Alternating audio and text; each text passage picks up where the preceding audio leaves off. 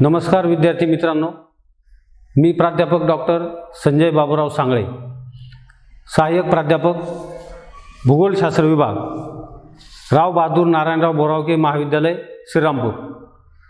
विद्यार्थी मित्रांनो, आपण मानवी भूगोल या विषयामधील शेवटचं जे प्रकरण आहे, लोकसंख्या आणि साधन संपत्ती, या शेवटच्या 8व्या प्रकरणामधील आज आपण शेवटचा भाग पाहणार आहोत आणि तो म्हणजे माल्थसचा लोकसंख्या सिद्धांत। थॉमस माल्थसने लोकसंख्येच्या संदर्भामध्ये लोकसंख्येच्या वाढीच्या अनुषंगाने हा सिद्धांत मांडलेला आहे।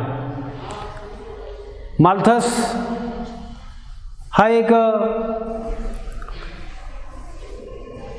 गणिती तज्ञ होता आणि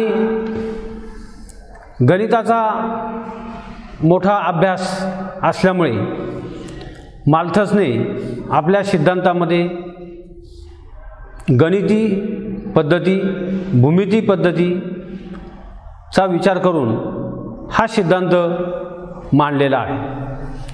तर या माल्थसच्या लोकसंख्या सिद्धांताचं आपण या ठिकाणी स्पष्टीकरण पाहणार आहोत। यामध्ये सिद्धांताची पार्श्वभूमी काय होती, सिद्धांताची गृहीत तत्वे कोणकोणती आहेत,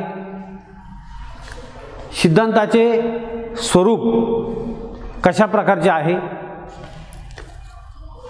काल प्रवाहानुसार माल्थसने या सिद्धांतामध्ये ज्या सुधारणा केल्या त्या कोणत्या सुधारणा आहेत, सिद्धांतावरील आक्षेप कोणकोणते आहेत, या माल्थसच्या सिद्धांतावर टीका झालेली आहे, वेगवेगळ्या अभ्यासकांनी ही टीका केलेली आहे। तर ही टीका कोणती आहे आणि शेवटी या माल्थसच्या सिद्धांताचं महत्त्व आपण पाहणार आहोत। विद्यार्थी मित्रांनो, या माल्थसच्या सिद्धांताची पार्श्वभूमी जेव्हा आपण पाहतो त्यावेळी थॉमस रॉबर्ट माल्थस यांचा जन्म 14 फेब्रुवारी 1766 रोजी ग्रेट ब्रिटन म्हणजे इंग्लंडमध्ये डार्किंग या ठिकाणी झाला। सन 1798 मध्ये थॉमस रॉबर्ट माल्थस यांनी essay on the principles of population as it affect future improvement of society या नावाचा प्रबंध प्रकाशित केला आणि या प्रबंधामध्ये त्यांनी माल्थसचा हा जो सिद्धांत आहे या सिद्धांताचं विवेचन विस्तृत पद्धतीने केलेलं आहे। आता हा सिद्धांत जेव्हा मांडला त्या वेळच्या किंबहुना त्या अगोदरची परिस्थिती पाहणं आवश्यक आहे। हे कोणत्या परिस्थितीमध्ये हा सिद्धांत मांडला, तर या सिद्धांताच्या पूर्वी लोकसंख्या ही जरी वाढली तरी ती देशाच्या हिताची असते असं मत प्रत्येक देशाचं होतं आणि म्हणून देश संरक्षणाच्या कामासाठी, कारखाने चालविण्यासाठी, मजुरांच्या उपलब्धतेसाठी, शेतीमध्ये काम करण्यासाठी वाढती लोकसंख्या ही देशाला उपयुक्त आहे अशा प्रकारचं मत होतं. अशा परिस्थितीमध्ये थॉमस रॉबर्ट माल्थस यांनी वाढत्या लोकसंख्येला आळा घालण्यासाठी किंवा लोकांच्या लक्षात आणून देण्यासाठी हा सिद्धांत मांडलेला आहे. या सिद्धांतामध्ये जे गृहीतक आहेत किंवा हायपोथेसिस आहेत, जे गृहीत तत्व मांडलेलं आहे, त्यामध्ये पहिलं तत्व असं आहे की सर्व समस्यांचे मुख्य कारण ही वाढती लोकसंख्या आहे. म्हणजे सतत वाढणारी लोकसंख्या ही अनेक समस्या निर्माण करते असं माल्थसने पहिलं गृहीत तत्व हायपोथेसिस मांडलं. यामध्ये इंग्लंडच्या परिस्थितीमध्ये त्यावेळी लोकसंख्या वाढत होती आणि अनेक समस्या निर्माण होत होत्या. इंग्लंडमध्ये अन्नधान्याची टंचाई निर्माण झाली होती. शेती जुनाट पद्धतीने केली जायची, त्यामुळे उत्पादन कमी होत होतं. समाजामध्ये जुन्या विचारसरणीचा पगडा होता. धार्मिक विचार त्या ठिकाणी होते. परमेश्वर मानवाचं रक्षण करतो, कल्याण करतो, अशा प्रकारची लोकांची श्रद्धा होती आणि या परिस्थितीमध्ये हा सिद्धांत मांडलेला आहे. अन्नधान्याच्या किमती प्रचंड वाढत होत्या. बेकारी, दारिद्र्य, रोगराई, मारामाऱ्या, सामाजिक कलह वाढलेले होते आणि या सर्वांचं मूळ कारण, या समस्या निर्माण होण्याचं मूळ कारण म्हणजे वाढती लोकसंख्या होती. याची जाणीव मात्र तत्कालीन समाजाला नव्हती. ही जाणीव करून देण्याचं काम हे त्या काळामध्ये माल्थसने केलेलं आहे. दुसरं गृहीत तत्व माल्थसने सांगितलेलं आहे की दुःख व दारिद्र्य यांच्या मुळाशी वाढती लोकसंख्या हाच विचार आहे. 1793 मध्ये गॉडविनने राज्यसंस्था हीच लोकांच्या दुःखाला व दारिद्र्याला कारणीभूत असते असं प्रतिपादन केलेलं होतं. आणि या पार्श्वभूमीवर गॉडविनच्या विचाराला विरोध करून माल्थसने दुःख व दारिद्र्य यांच्या मुळाशी राज्यसंस्था नाही किंवा इतर कुठलीही गोष्ट कारणीभूत नसून जे कारणीभूत आहे ते म्हणजे वाढती लोकसंख्या आहे, अशा प्रकारचा विचार जगासमोर मांडण्याचं काम हे थॉमस रॉबर्ट माल्थसने केलेलं आहे. या सिद्धांतामधील जी गृहीत तत्व आहेत ती म्हणजे मानवाच्या अस्तित्वासाठी अन्न आवश्यक असतं.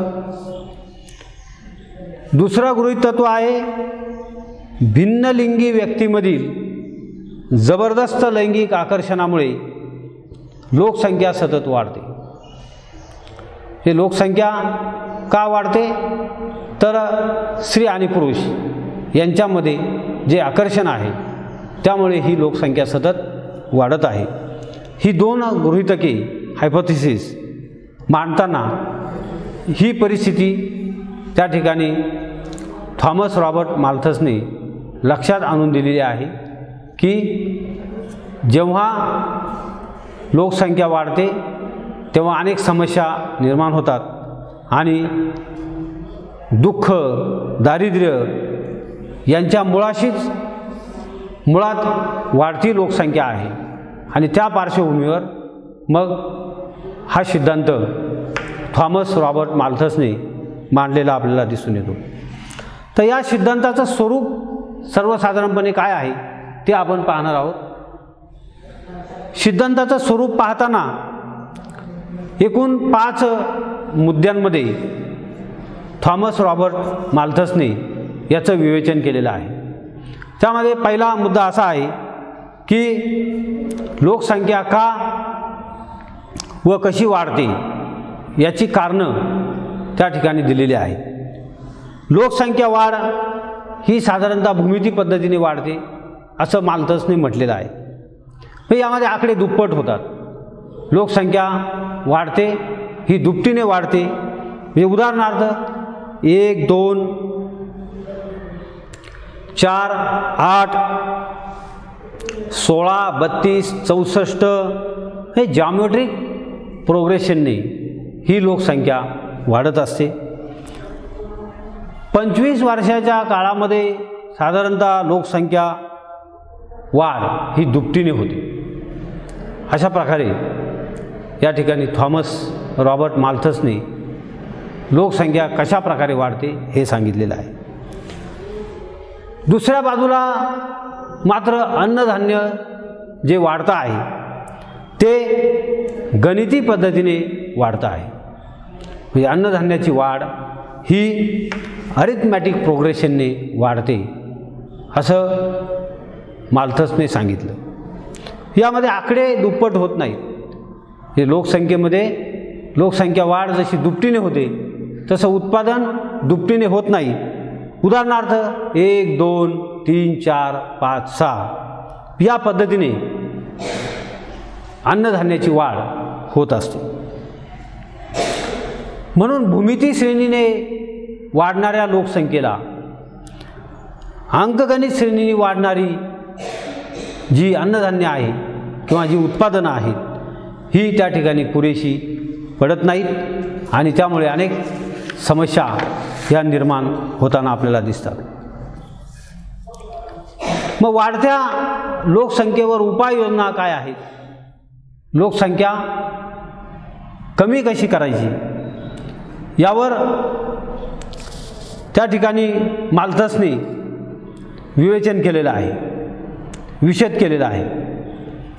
त्यामध्ये त्याने म्हटलं आहे की नैसर्गिक नियंत्रक किंवा उपाय नॅचरल कंट्रोल और पॉझिटिव्ह चेक्स त्या ठिकाणी असले पाहिजेत. जे वेगाने वाढणाऱ्या लोकसंख्येला अन्नधान्य उत्पादन हे पुरेसं नसतं, त्यामध्ये असमतोल वाढतो आणि अशा वेळी निसर्गच त्या ठिकाणी या लोकसंख्या वाढीवर नियंत्रण आणतो.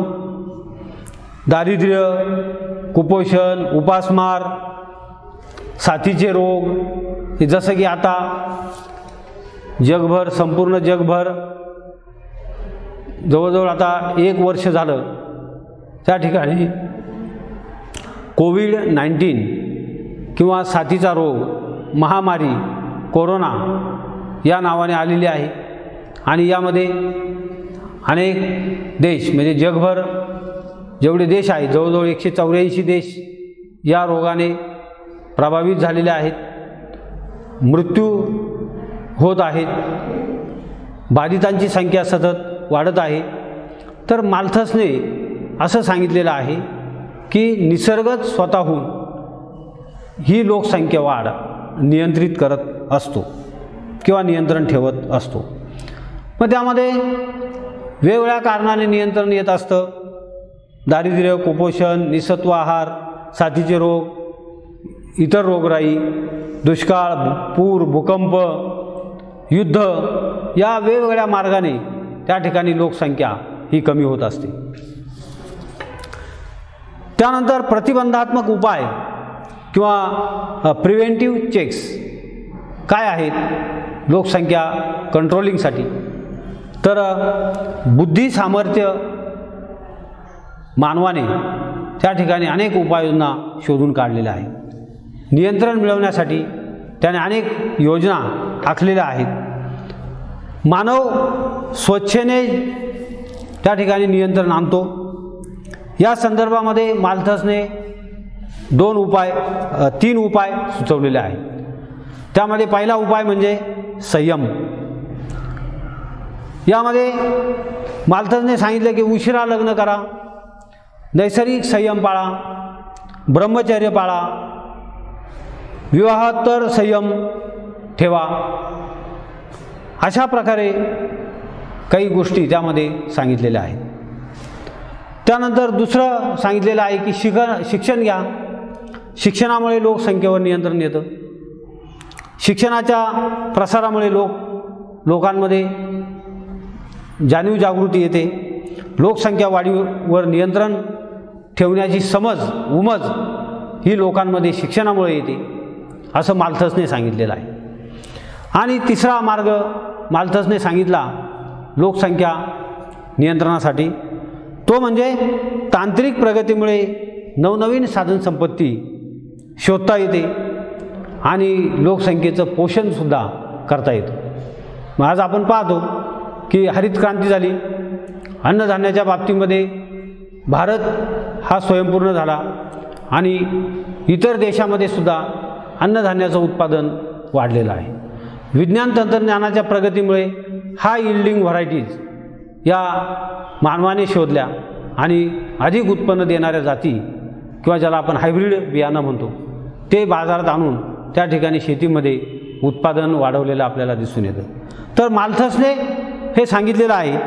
हे 3 उपाय त्या ठिकाणी महत्त्वाचे लोकसंख्येच्या नियंत्रणासाठी. पहिलं म्हणजे संयम, दुसरं म्हणजे शिक्षण आणि तिसरं म्हणजे वाढत्या लोकसंख्येला नवनवीन त्या ठिकाणी तंत्रज्ञानाच्या साहाय्याने अधिक उत्पादन कसं घेता येईल यावर भर देणं. आता या सिद्धांतामध्ये कालांतराने माल्थसने काही सुधारणा केल्या. या कालप्रवाहामध्ये कोणकोणत्या सुधारणा केल्या ते आपण थोडक्यात पाहू. यामध्ये 1803, 1806, 1807, 1817, 1824 या वेगवेगळ्या या सिद्धांताच्या आवृत्तीमध्ये माल्थसने त्या ठिकाणी सुधारणा केलेल्या आहेत. यामध्ये पहिली सुधारणा आहे लोकसंख्या वाढत राहणार आहे. लोकसंख्या ही वाढतच राहणार आहे. त्या प्रमाणामध्ये अन्नधान्य पुरवठा न वाढल्याने दारिद्र्य वाढत जाईल. म्हणजे अन्नधान्य वाढलं पाहिजे, अन्यथा अनेक समस्यांना तोंड त्या ठिकाणी द्यावं लागेल. त्यानंतर नैतिक नियमांचा अवलंब गरिबांकडून फारसा होणार नाही. त्यांच्या दुःख व दारिद्र्यात अधिकच भर पडत जाईल असं मत हे माल्थसने मांडलेलं आहे. आता हे थॉमस रॉबर्ट माल्थस हे केम्ब्रिज विद्यापीठामध्ये 9वे रँगलर होते आणि गतिमान अशा प्रकारचं त्यांचं गणितातलं ज्ञान असल्यामुळे त्यांनी या सिद्धांतामध्ये तात्विक मीमांसा केल्या, गणिताचा सखोल वापर केला आणि यामध्ये भूमिती पद्धती, गणिती पद्धती यांचा अवलंब करून त्या ठिकाणी हा सिद्धांत मांडलेला आपल्याला दिसून येतो. तर या सिद्धांतामध्ये काही त्या ठिकाणी विधाने हे माल्थसने केलेले आहेत. ती विधानं आपण पाहणार आहोत. पहिलं विधान आहे पुरुषाचे स्त्री प्रती आणि स्त्रीचे पुरुषाप्रती असलेल्या आकर्षणामुळे मानवजात चिरकाल टिकून राहणार आहे. हे एक निरीक्षण त्यांनी नोंदवलं. दुसरं निरीक्षण आहे स्त्री आणि पुरुषांमधील लैंगिक आकर्षण एका मर्यादित प्रमाणातच कार्यरत असते. सर्व प्राणीमात्रांना व जीवांना जगण्यासाठी अन्नाची आवश्यकता असते. अन्न उपलब्ध नेतृत्व करील लोकसंख्या त्यांच्या मागोमाग जाईल. जेथे कुठे अन्न मिळेल तेथे तोंडे निर्माण होतील. जेथे अन्नाची उपलब्धता असेल तेथे लोकसंख्या नियंत्रणाभावी न चुकताच लोकसंख्या वाढेल. मानवी प्रजोत्पादनाची क्षमता जमिनीच्या उत्पादन क्षमतेपेक्षा अधिक तीव्र असते. आणि शेवटी म्हटलेलं आहे की परमेश्वर फक्त एक तोंड देतो, एक पोट देतो, त्याबरोबर 2 हात देतो. तथापि अडचणीला सुरुवात होते ती म्हणजे जेव्हा बाळ जन्माला येते तेव्हापासूनच त्याला खायला लागतं. अशा प्रकारची वेगवेगळी निरीक्षणं या थॉमस रॉबर्ट माल्थसने नोंदवलेले आहे. आता या सिद्धांतावर कोणकोणते आक्षेप घेतलेले आहेत ते आपण पाहणार आहोत. या सिद्धांतावर काही आक्षेप घेतले गेले. पहिला आक्षेप आहे की जगामध्ये माल्थसच्या नियमानुसार भूमिती श्रेणीने कोणत्याच देशामध्ये लोकसंख्या वाढलेली नाही. हा पहिला आक्षेप आहे. या उलट अनेक देशामध्ये लोकसंख्या घटताना दिसलेली आहे. यामध्ये माल्थसने लोकसंख्या वाढ भूमिती श्रेणीने होते असे न लिहिता लोकसंख्या वाढ अन्नधान्यापेक्षा जास्त होत असते असे प्रतिपादन केलेले आहे. त्यानंतर अन्नधान्य उत्पादनात गणिती पद्धतीने न वाढता ते अधिक गतीने वाढते. विज्ञान आणि तंत्रज्ञानाच्या प्रगतीचा जर आपण आज विचार केला तर अन्नधान्य हे मोठ्या प्रमाणात वाढलेलं आहे. भारतासारखा देश अन्नधान्याच्या बाबतीमध्ये स्वयंपूर्ण झालेला आहे आणि तो केवळ विज्ञान आणि तंत्रज्ञानाच्या प्रगतीवर शेतीमध्ये नवनवीन बदल घडून आणले त्यामुळे. अमेरिका, कॅनडा, ऑस्ट्रेलिया यासारख्या देशांनी त्या ठिकाणी प्रचंड प्रमाणामध्ये अन्नधान्य निर्माण केलेलं आपल्याला दिसून येतं. स्त्री पुरुषांमधील आकर्षणामुळे लोकसंख्या अपरिहार्य वाढ होते हे गृहीतक तत्व टीकाकारांना अयोग्य वाटते. कारण कुटुंब नियोजनाच्या अनेक पद्धती आज मानवाने विज्ञान तंत्रज्ञानाच्या माध्यमातून आणलेल्या आहेत. सामाजिक बदल त्यामध्ये घडून आणलेले आहेत. लोकांमध्ये जाणीव जागृती निर्माण केलेली आहे. कुटुंब नियोजनावर भर त्या ठिकाणी दिलेला आहे आणि लोकसंख्या वाढ ही थांबवलेली आहे. त्यानंतर माणसाच्या पोटाला जेवढे अन्न लागते तेवढे उत्पादन करण्यासाठी त्याला परमेश्वराने 2 हात दिलेले आहेत. म्हणजे ज्याला चोच दिली त्याला चारा मिळतो अशा प्रकारे या ठिकाणी मत नोंदवलेलं आहे. यामध्ये औद्योगिक क्रांती केल्यामुळे आपल्याला जगभरामध्ये या बाबतीमध्ये प्रगती झालेली दिसून येते. त्यानंतर लोकसंख्येच्या वाढीबरोबरच जमीन वाढवता येत नाही हे माल्थसचे विधान सत्य आहे, परंतु उत्पादकता वाढवणं मात्र शक्य आहे. म्हणजे जमीन जरी वाढवता आली नाही तरी उत्पादन मात्र वाढवता येणं शक्य आहे. जमिनीची सुपीकता वाढवता येते, उत्पादन क्षमता वाढवता येते. वेगवेगळ्या बियाणांचा नवीन शोध लावून त्या ठिकाणी उत्पादन वाढवता येतं. लोकसंख्येची तुलना अन्नधान्य पुरवण्याऐवजी राष्ट्रीय उत्पन्नाशी करणे अयोग्य आहे. माल्थस यांना दूरदृष्टीचा अभाव होता व भविष्यकालीन प्रगतीचा त्यांचा अंदाज चुकलेला होता. ते भविष्याविषयी अनभिज्ञ होते असं टीकाकारांनी या ठिकाणी मत नोंदवलेलं आहे. कारण आपल्या देशामध्ये अन्न नसेल तर आज इतर देशांमधून आयात करता येतं किंवा अन्नधान्याची आयात करणं शक्य आहे. लोकसंख्या वाढ म्हणजे संकट हा माल्थसचा विचार चुकीचा आहे. कारण लोकसंख्या असेल तरच त्या राष्ट्राला अर्थ आहे. किंवा कॅननने या बाबतीमध्ये म्हटलेलं आहे की लोकसंख्येची वाढ म्हणजे श्रमशक्तीचा पुरवठा आहे. श्रमशक्ती वाढते. आज अनेक देशांमध्ये या लोकसंख्या नियंत्रणामुळे त्या ठिकाणी श्रम पुरवठा करणारी संख्या कमी झालेली आपल्याला दिसत आहे. माल्थस यांनी सुचवलेले लोकसंख्येचे प्रतिबंधात्मक उपाय लोकांना न पेलणारे आहेत. कारण प्रत्येक माणूस हा उपाय करेलच अशी शाश्वती या ठिकाणी टीकाकारांनी दिलेली नाही. माल्थस यांच्या पूर्वीच्या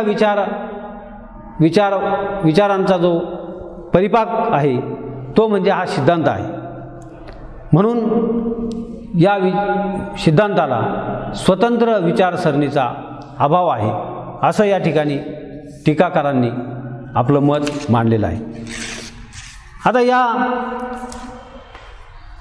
माल्थसच्या लोकसंख्या सिद्धांताचा आपण शेवटचा भाग पाहणार आहोत. तो म्हणजे या सिद्धांताचं महत्त्व काय आहे. या सिद्धांतावर बरीच टीका झाली. आता आपण पाहिली की अनेक टीका या सिद्धांतावर झालेल्या आहेत. परंतु जरी टीका झालेली असली तरी हा सिद्धांत एक लोकसंख्येच्या अभ्यासामध्ये महत्त्वाचा सिद्धांत म्हणून मानला गेलेला आहे. या सिद्धांताला लोकसंख्या अभ्यासामध्ये अनन्यसाधारण महत्त्व आहे. माल्थसने पूर्वीच्या विचारांचे संकलन करून विचारामध्ये एकसूत्रता व नियम आणून लोकसंख्या सिद्धांत मांडलेला आहे. लोकसंख्या हा जो प्रश्न आहे तो सामाजिक शास्त्राच्या अभ्यासामध्ये समाविष्ट झालेला आपल्याला दिसून येतो. याला कारणीभूत म्हणजे माल्थसचा लोकसंख्या सिद्धांत आहे. लोकसंख्या प्रश्नाला त्या ठिकाणी शास्त्रीय अधिष्ठान प्राप्त करून देण्याचं काम हे या सिद्धांतामुळे झालेलं दिसून येतं. शास्त्रज्ञ, तत्त्वज्ञ, विचारवंत, नियोजक यांचे लक्ष वेधण्याचं काम या सिद्धांताने केलेलं आपल्याला दिसून येतं. सिद्धांत पूर्णपणे चुकीचा आहे असं म्हणता येणार नाही, कारण यामधून बऱ्याचशा गोष्टी शिकण्यासारख्या आहेत. आक्षेपकर्त्यांनी सुद्धा हा सिद्धांत काही प्रमाणामध्ये त्या ठिकाणी स्वीकारलेला आहे. लोकसंख्या वाढीबाबत माल्थसचा सिद्धांत हा सार्थ ठरतो. यामध्ये हॅझिरनेट याने माल्थसच्या विचाराने लोकसंख्याविषयक विवेचनाला त्या ठिकाणी चालना मिळाली असं म्हटलेलं आहे. विल्यम परिसन याने माल्थसचा सिद्धांत अभ्यासून असं म्हटलेलं आहे की माल्थसचे निष्कर्ष पूर्णतः नवीन व सर्वस्वी सत्य नसले तरी ते आजही लक्षणीय आहेत किंवा आजही ते आपल्याला अंमलात आणता येण्यासारखे आहेत. लोकसंख्या प्रश्नाला माल्थसने या सिद्धांताच्या रूपाने सर्वप्रथम त्या ठिकाणी वाचा फोडलेली आहे आणि म्हणून लोकसंख्या अभ्यासाच्या दृष्टीने माल्थसने जो सिद्धांत मांडलेला आहे हा सिद्धांत एक महत्त्वाचा त्या ठिकाणी भाग ठरलेला आहे किंवा एक लोकसंख्या अभ्यासाचा एक महत्त्वाचा त्या ठिकाणी कणा म्हणलं तरी वावगं ठरणार नाही. अशा प्रकारे आपण या ठिकाणी थॉमस रॉबर्ट माल्थसने लोकसंख्या सिद्धांत कसा मांडलेला आहे त्याची या ठिकाणी आपण त्याचं विवेचन केलेलं आहे. धन्यवाद.